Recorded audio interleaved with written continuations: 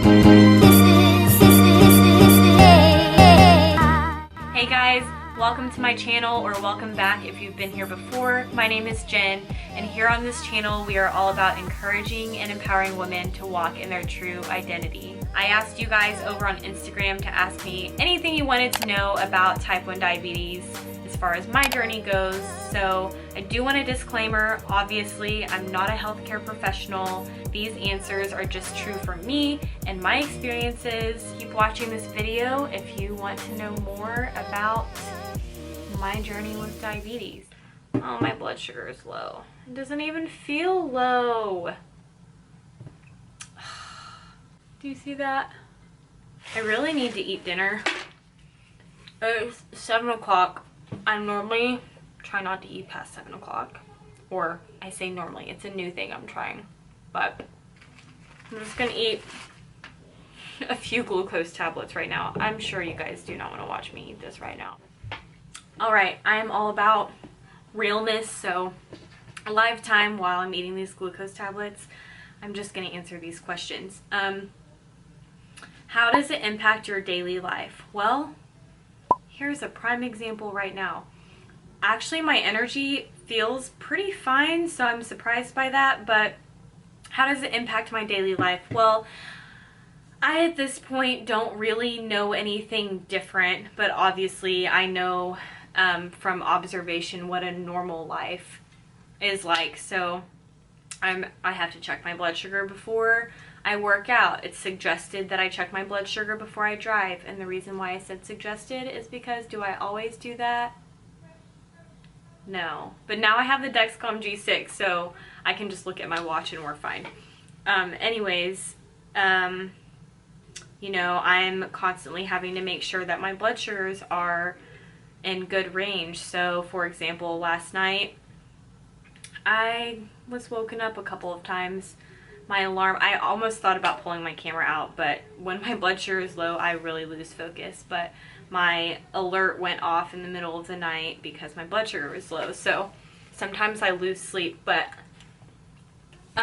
overall, I don't want to make it sound so negative, but you asked how it impacts my daily life. So really, it's a part of my everyday life, but especially when my blood sugar is low, it does impact because I go dizzy, I lose focus, and everything has to be put on hold while I get my blood sugar back up.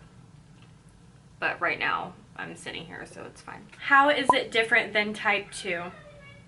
Again, I'm no medical professional, but the difference, if you can hear my sister in the background, she's giving my niece a bath, so ignore that. The difference in type 2, so just to give it a quick answer, type 1 diabetics, our pancreas does not pump, secrete, or give out any insulin at all. A type 2 diabetic, and I'm generalizing here, their pancreas does secrete insulin. It's just not the full amount. It's slowing down. It's not working at its full capacity. Is it something you can heal / permanently recover from? This one's hard for me to answer if I'm being completely honest with you. Type 1 diabetes, as of current, it is August 26, 2020. There is no cure for type 1 diabetes. I do believe in the healing power of Jesus. I will link the blog down below that I recently wrote about my viewpoint on healing in my current situation having type 1 diabetes. But anyways, as of current in modern medicine, there is no way for type 1 diabetes to go away. Once you have it, you have it. Again, that's not me talking about the healing power of Jesus. This is me talking about modern medicine. In type 2, it is reversible. As far as I understand, type 2 diabetics, completely reversible.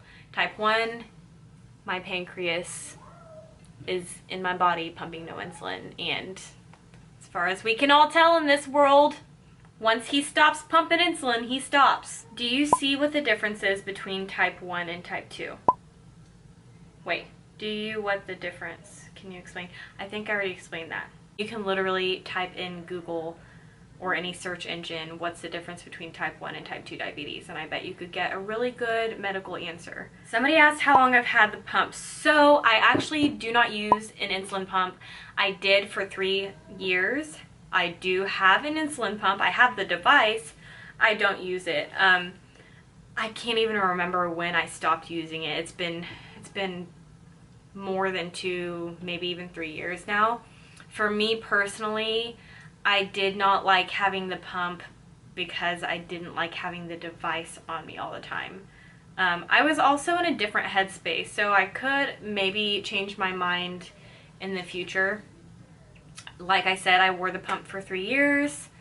I didn't love figuring out where to put it. It was like a pager. I mean, not even the size of my phone. Probably like, in comparing to my phone, like this big.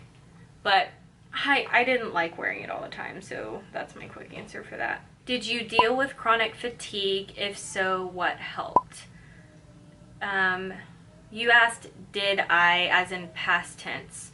If you're referring to when I got diagnosed or leading up to, I'm going to do a separate video on my diagnosis story, but short answer is yes. And I still deal with fatigue if my blood sugar is low, then I feel very fatigued. Has it strengthened you, character/physically, when at first it seemed like it hindered you? Yes. Yes, yes, yes, yes, yes. I've been a diabetic, a type 1 diabetic now for 18 years. For a huge, huge, huge chunk of that, I lived in the denial stage. Huge chunk. Denial and anger, I would say. I was back and forth between those two. And then as I got older, started depression stages. I say stages because I'm talking about like the different forms of grieving. But so has it strengthened me? Absolutely. I would say being so young, as a child, having to inject yourself with insulin, having to learn how to use a syringe and a vial, pricking your finger, I would say for one, it made me mature at a much faster rate because I was literally responsible for my well-being.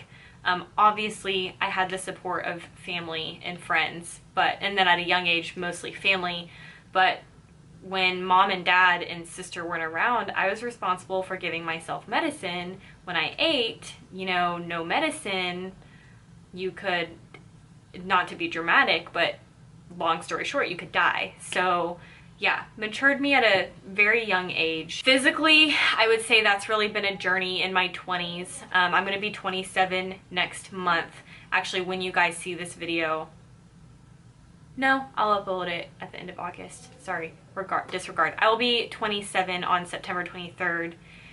And so I would say from my mid-20s, that's weird to say, or early 20s, 23-ish began my true health journey and me discovering health. And then really this last year I've kicked it up a notch because I've quit doing things just for looks. Of course I have goals as far as physical appearance goes, but I really have been taking into regard my type 1 diabetes. So everything I do isn't just to see how my body reacts physically, but also how my body reacts, like physically as far as appearance goes, but as far as how my body reacts with my type 1 diabetes, my blood sugars, all of that stuff. So yes, it's strengthened me. How has God showed up in this medical journey?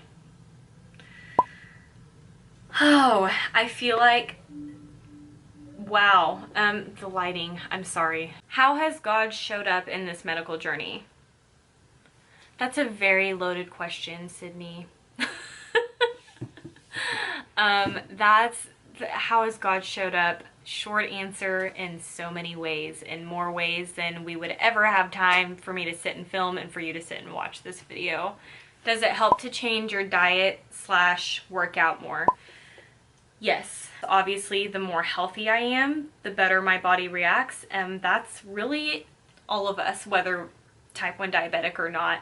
But of course, especially with diabetes, right now I am really in the trial stages. I say that type 1 diabetes, you're always figuring things out. Everything is trial and error. Somebody did message me on Facebook and actually said, or no, maybe it was on Instagram. Anyways, either way, and said they wanted to know more about the Dexcom. I would say if you're curious, if you're watching this and you're a type 1 diabetic or even type 2, I think type 2s could still have it because you check your blood sugar, but if you are a diabetic or you know somebody that is and could benefit from something like the Dexcom G6 or a controlled glucose monitor, definitely talk to your doctor and just ask them questions. It was first introduced to me, I think last year. I can't remember a time frame, but at the time I could not afford it. My insurance didn't cover it enough. And then fast forward to now, my insurance covered a lot more, so I was able to get it. So it was very exciting, well worth the wait. So if you're curious about it, definitely ask your doctor to get you connected to a rep. You can also message me. I can ask my rep if I could give out their information, and I would be more than happy to do that if I'm able to do that. I don't know if I am, but I don't see why I wouldn't be. That is going to be all for this video. I hope that you enjoyed. Thank you so much for watching. Thank you so much for being a part of my journey, whether I want to grab another woman on here for her to share her story, whether I share about my life as a type 1 diabetic or anything of the sort. I just love this outlet. I hope that you are having a beautiful week so far. And remember, guys, in a world full of darkness, let's be light.